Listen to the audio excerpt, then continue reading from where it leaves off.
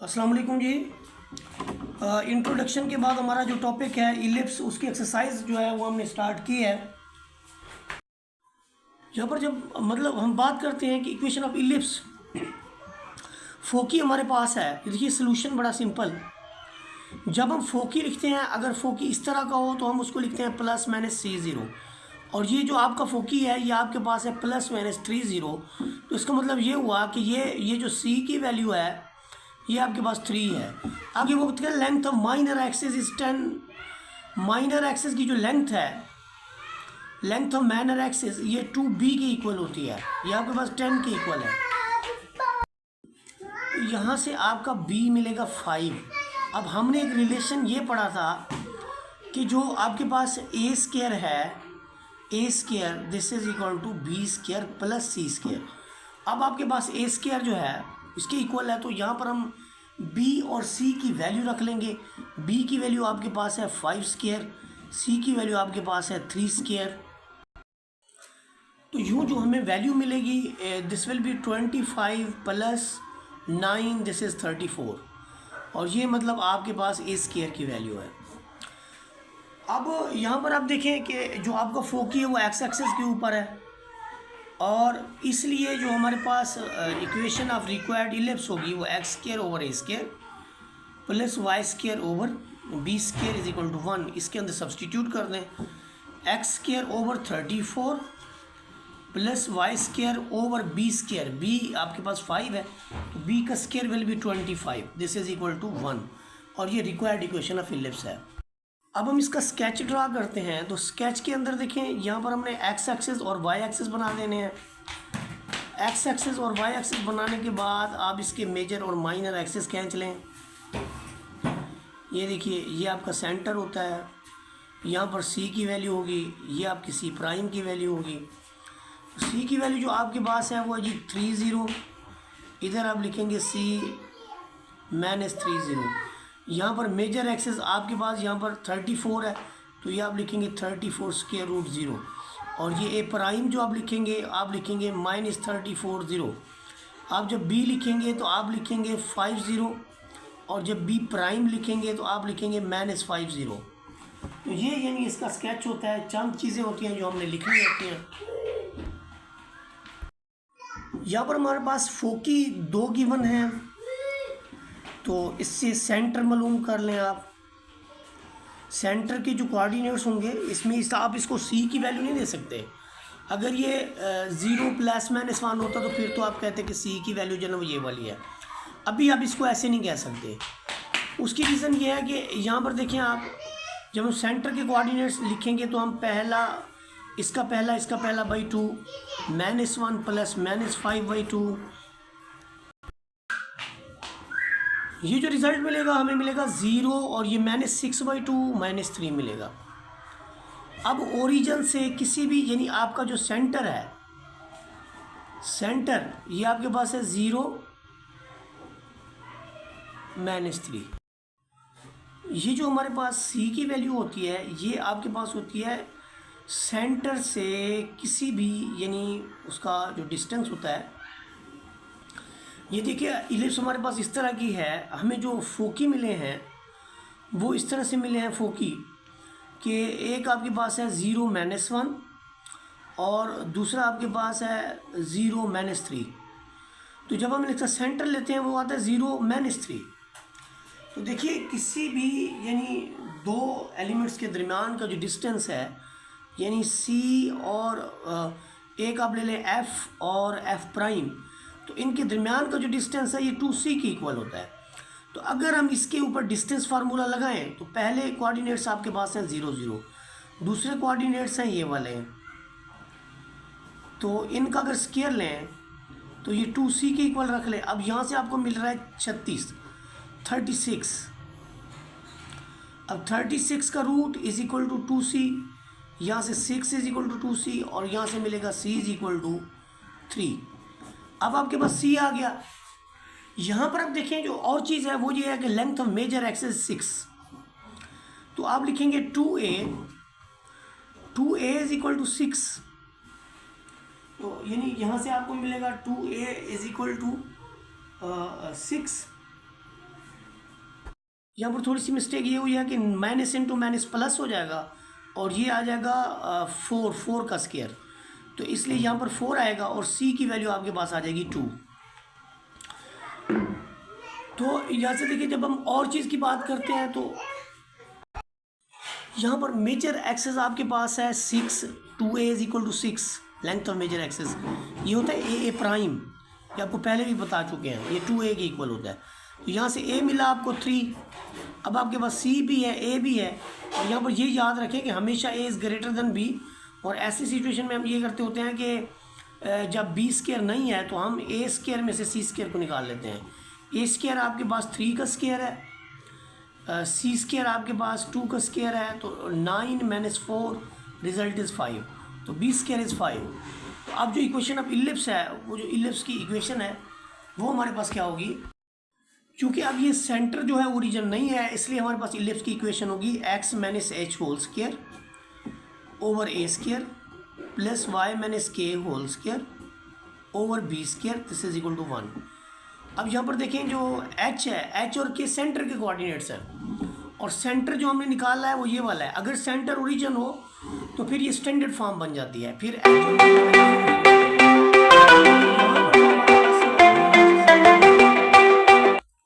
कि इसमें जो है यहाँ पर ये यानी सिचुएशन ये है कि हमने क्या कर देना है, x minus H square, H की जो वैल्यू है वो हमारे पास 0 है,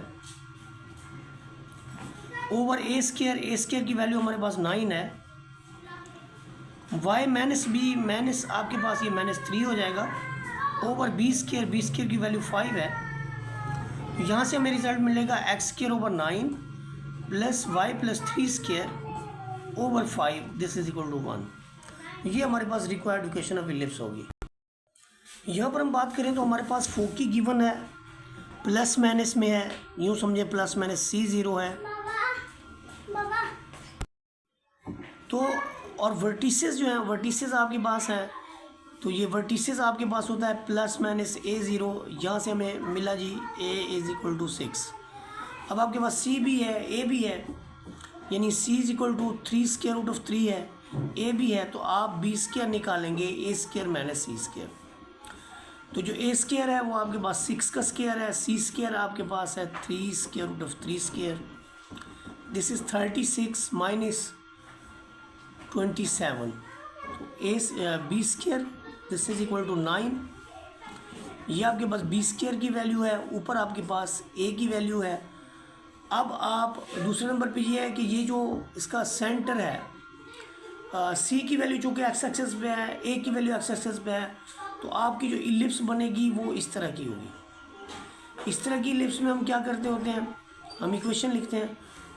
दूसरी बात यह है कि इसका सेंटर भी 0 0 होगा। सेंटर यहाँ से देखें, दोनों को अगर जमा करें ना तो सेंटर भी 0 0 आ रहा है, इसलिए इसकी रिक्वायर्ड इक्वेशन होगी x square over a square plus y square over b square. ये स्टैंडर्ड इक्वेशन है।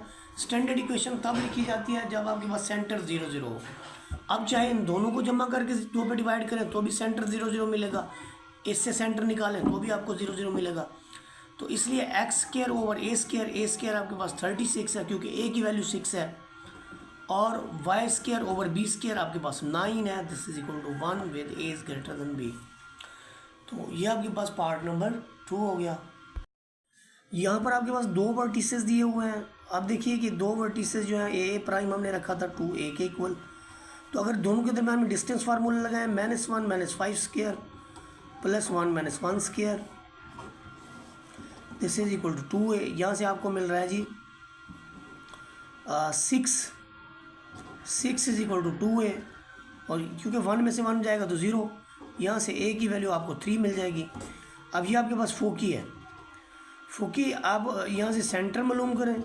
सेंटर का क्या प्रोसेस है कि जो ये आपके पास फोकी, बल्कि c मालूम करने का यही तरीक़ाकार है कि आप f से f प्राइम ले लें, तो ये आपका 2c के इक्वल होता है। तो इसलिए ये डिस्टेंस तो सेम है, तो यहाँ से देखें आपके पास जो c की वैल्यू मिलेगी वो आपको 3 के, यानी f प्राइम 2c आपको 3 के इक्वल मिलेगा।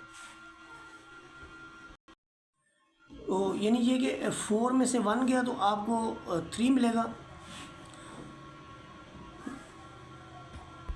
अब ये कि यहाँ पर अगर 3 है तो फिर तो है 3 में से यानी आपका 1 जाएगा तो ये आपको 2 मिलेगा, यानी 3 minus 1 square plus 1 minus 1 square is equal to 2c। तो यूँ आपके पास जो है ये हो जाएगा जी 2c, यहाँ से आपको मिलेगा 2 square root is equal to 2c, c is equal to 1 आ जाएगा। अब आपके पास c भी है, आपके पास a भी है, तो उसी तरह से b स्क्वायर निकाल लें। b square this will be equal to a square minus c square. तो a स्क्वायर आपकी वैल्यू है 3 स्क्वायर माइनस 1 स्क्वायर, तो 9 माइनस 1 इज़ 8। b स्क्वायर आपके पास 8 के इक्वल है।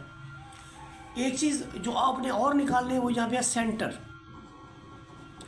अब सेंटर किसी भी दो कोऑर्डिनेट्स को जमा करके, मसलन अब -1 + 5 करके 2 कर दें, 1 + 1 करके 2 कर दें, तो ये आपके पास होगा h और k की वैल्यू 4/2 2 के इक्वल, ये आपका 1 के इक्वल, तो ये h है और ये आपके पास k है।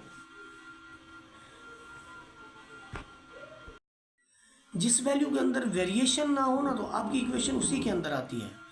ये देखिए यहाँ पर ये फिक्स है, ये 1 है, ये 1 है, ये 1 है, ये 1 है, तो चूँकि y एक्सेस फिक्स है तो इसलिए x एक्सेस के ऊपर ये आएगी। तो इसलिए जो इसके यानी मैं ये कह रहा हूँ कि ये आपके पास इस तरह की इलिप्टिक होगी।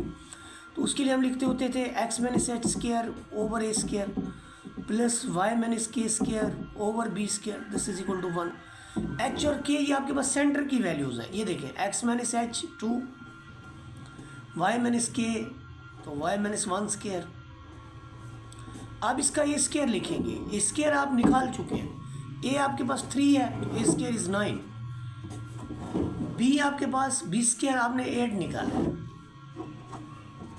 This is equal to 1। तो ये आपके पास जो है इसका थर्ड पार्ट। वीडियो काफ़ी लंबी हो गई है, इस वजह से 5वें पार्ट में मैंने इसको राइट डाउन कर लिया है, जिसके अंदर आपने इक्वेशन ऑफ इलिप्स को जो है ना वो फाइंड आउट करना है। फोकी आपके पास गिवन है और ये जो इक्वेशन ऑफ इलिप्स है ये इस पॉइंट से पास हो रही है। जब फोकी आपके पास प्लस माइनस में हो तो ज़ाहिर है ये एक वैल्यू हो दूसरी ना हो, वो ज़ाहिर है फिर सेंटर आपके पास 0 आता है, ये पहले ही बता चुके हैं। बहरहाल इन दोनों को जमा करके मिड पॉइंट फार्मूले के तहत यहाँ पर सेंटर होता है, इधर आपका f है, इधर आपका f प्राइम है, तो ये सेंटर आपने निकाला वो 0 0 आ गया आपका, ये देखिए। तो इसलिए स्टैंडर्ड पैराबोला आपको लिखनी पड़ेगी, h और k की वैल्यू की ज़रूरत हमें नहीं है। इसके बाद देखिए हमारे पास है कि हम ये जानते हैं कि a square any ellipse a square is equal to b square plus c square.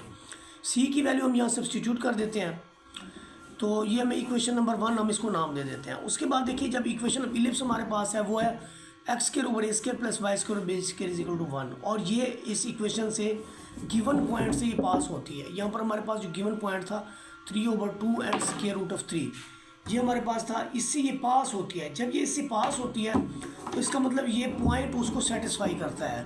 तो जब पॉइंट सेटिस्फाई करता है तो उसके अंदर अगर x की वैल्यू 3/2 और y की वैल्यू स्क्वायर रूट ऑफ 3 रख दें तो हमारे पास इस तरह के रिजल्ट आते हैं। अगर हम एलसीएम से मल्टीप्लाई कर दें तो ये रिजल्ट आता है। उसके बाद ये इक्वेशन बन जाती है। यहाँ पर अगर हम a स्क्वायर की वैल्यू सब्सटीट्यूट कर दें, जो कि यहाँ पर देखें a स्क्वायर वैल्यू सब्सटीट्यूट कर दें तो जस्ट b स्क्वायर रह जाएगा। a स्क्वायर की वैल्यू थी b स्क्वायर प्लस 5, वो सब्सटीट्यूट करने के बाद हम देखते हैं कि हमारे पास जो रिज़ल्ट बनता है वो इस तरह से बनता है, b स्क्वायर प्लस 5 हमने यहाँ पर रख दिया, फिर यहाँ पर रख दिया, तो ये ऐसी इक्वेशन फॉर्म हो गई जो कि b4 की फॉर्म में है। यहाँ से हम इसके फैक्टर बनाते हैं, फैक्टर हमारे पास मिलते हैं ये मिड टर्म ब्रेक मेथड से, b स्क्वायर माइनस 4 और 4b स्क्वायर प्लस 15। पहली वैल्यू को 0 की इक्वल पुट करते हैं तो यहाँ से b स्क्वायर की वैल्यू मिलती है, दूसरी वैल्यू को पुट करते हैं तो नेगेटिव साइन आता है। b स्क्वायर की वैल्यू नेगेटिव नहीं हो सकती, b एक कांस्टेंट क्वांटिटी है और फिर उसका स्क्वायर जो है वो हमेशा पॉजिटिव आता है, तो इसलिए हम इसको कहेंगे कि ये नॉट पॉसिबल। जो पॉसिबल वैल्यू है वो ले लेंगे, उसका हम यूज़ कर लेंगे इक्वेशन नंबर 2 के अंदर, जिसमें हमने रखा था कि a square is equal to b square plus 5। तो b स्क्वायर की वैल्यू रखने से a स्क्वायर हमें मिल गया 9। अब स्टैंडर्ड इक्वेशन हमने लिख ली x square over a square plus y square over b square is equal to 1। इसमें a स्क्वायर की वैल्यू रख दी, b स्क्वायर की वैल्यू रख दी, और ये हमारे पास स्टैंडर्ड इक्वेशन ऑफ इलिप्स आ गई।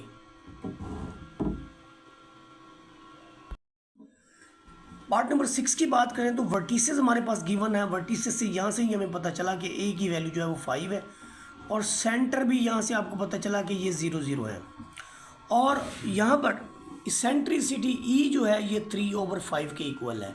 ई को हम लिखते हैं सी इज इक्वल टू ए ई, यहाँ से ई की वैल्यू जो होती है वो C/A के इक्वल होते हैं। यानी सी की वैल्यू जो है सी इज इक्वल टू ए ई होता है। अब आपके पास ई भी है, ई भी है, ये सी की वैल्यू आप रख लें, ई भी है, ए भी है। ए की वैल्यू आपके पास 5 है, ई की वैल्यू 3/5 है। सो सी इज़ 5 से 5 कट गया, सी इज़ 3। अब आपके पास सी है, ए है, अब आप बी स्क्वायर निकाल लें, b square is equal to a square minus c square. तो ए स्क्वायर की जो वैल्यू है वो आपके पास है जी 25, या 9 बनेगा, या आपको 16 मिलेगा। अब आप बड़ी आसानी से इसकी जो स्टैंडर्ड पैराबोला है वो लिख सकते हैं कि चूँकि ये ज़ाहिर है कि ये इस तरफ है, तो पहले आप लिखेंगे y square over a square plus x square over b square, क्योंकि जिसका मेजर एक्सेस है वो वाई एक्सेस के ऊपर है, इज इक्वल टू 1। और यहाँ से हम लिखेंगे इसको कि y square over a square की वैल्यू आपके पास है 25, और x square over b square की वैल्यू आपके पास है 16 is equal to 1, and this is the required equation of ellipse. Part number 7 की बात करें तो सेंटर ऑलरेडी 0 0 है, फोकस जहाँ पर दिया हुआ है ये वैल्यू सी की होती है, और यहाँ पर वर्टेक्स दिया हुआ होता है, ये वैल्यू आपके पास ए की होती है अगर आपके पास सेंटर 0 0 हो। यहाँ से आप बी स्क्वायर निकालना चाहते हैं तो आपका ए स्क्वायर माइनस सी स्क्वायर हो जाएगा। ए स्क्वायर जो है वो आपके पास 16 बन रहा है, सी स्क्वायर आपके पास 9 बन रहा है, तो ये होगा b square is equal to 7। अब ज़रा गौर कीजिए कि जब हम इसकी इक्वेशन लिखेंगे हम लिखेंगे x square over a square, चूँकि नहीं सॉरी एक्स स्क्वायर जो है वो ये y square over a square आएगा plus x square over b square आएगा, क्योंकि यहाँ पर देखिए आप आपकी जो वर्टिसेस हैं जो इसकी वेरिएशन है वो आपकी वाई एक्सेस के ऊपर है। तो मेजर एक्सेस हमेशा वेरिएशन के ऊपर आता है, जहाँ पर वैल्यूज़ वेरी कर रही हूँ 0 -3 4, तो मेजर एक्सेस उस पर आएगा। बाकी फर्स्ट कोऑर्डिनेट को अगर हम देखें तो आपका जो फर्स्ट कोऑर्डिनेट फिक्स है, ये 0 है, ये 0 है, ये 0 है, तो जहाँ फिक्स होता है वहाँ पर मेजर एक्सेस नहीं होता। तो इसलिए यहाँ पर आप मतलब इज इक्वल टू 1 लिखने के बाद आप लिख लेंगे y square over a square की वैल्यू आपके पास है 16 plus x square over b square आपके पास है जी 7। This is equal to 1 with आप देखेंगे इसके अंदर हम लिखेंगे ए ग्रेटर देन बी।